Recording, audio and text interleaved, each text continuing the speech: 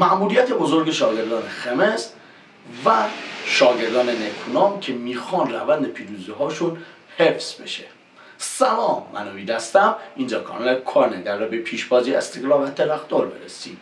ترقدوری ها که 7 سال نزدیک هولوهوش 7 سال نتونسته استقلال رو در آزادی شکست بدن و اما شاگردان نکونام هم نمیخوان در آزادی این روند رو بشکنن، میخوان همیشه این روند ادامه پیدا کنن که یه بازی جذاب معروف به ال کلاسیکو ایرانی بین هوادارا که میخواهیم به پیشبازیش هم برسیم.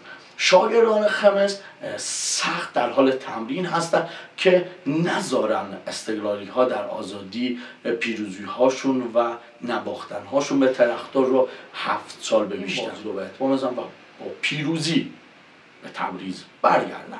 اما شاگردان نکونام با حمایت هواداراشون میخوان در آزادی این پیروزی رو ادامه بدن و خودشون رو در صدر جدول لیگ برتر ایران حفظ کنن. و اما قضاوت این دیدار بر عهده آقای وحید کاظمی هست که خواهیم دید با چه جنجال هایی به پایان خواهد رسید یا نه، که داوری ها این روزها بحث برانگیز بوده. و اما بریم به سراغ پیشبازی استقلال و ترقدور.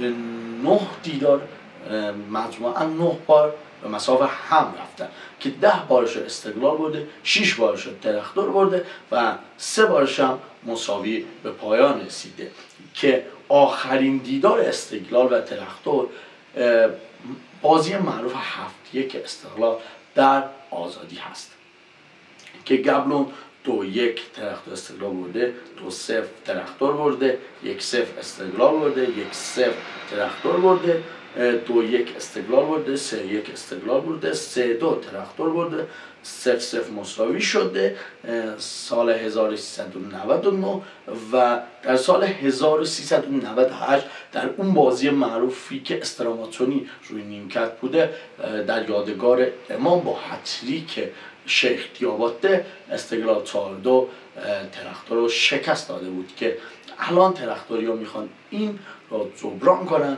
و استقلالی ها هم میخوان با یه برد شیرین و تقدیم به هوادارانشون به مصاف دیدارهای بعدی و حتی دربی برن. حالا باید ببینیم که نتیجه این دیدار چه خواهد شد. شما هم نتیجه این بازی رو حتما پیش بینی کنید و کامنت هم بذارید از دیدار استقلال و ترقدور که آیا شما طرفدار کدام تیم هستید و چنل ما رو سابسکرایب کنید، لایک و کامنت سابسکرایب هم حتما انجام بدید. از یادتون نره ما با حمایت های شما زندگیم. یا علی مدد، خدا نگهدارتون.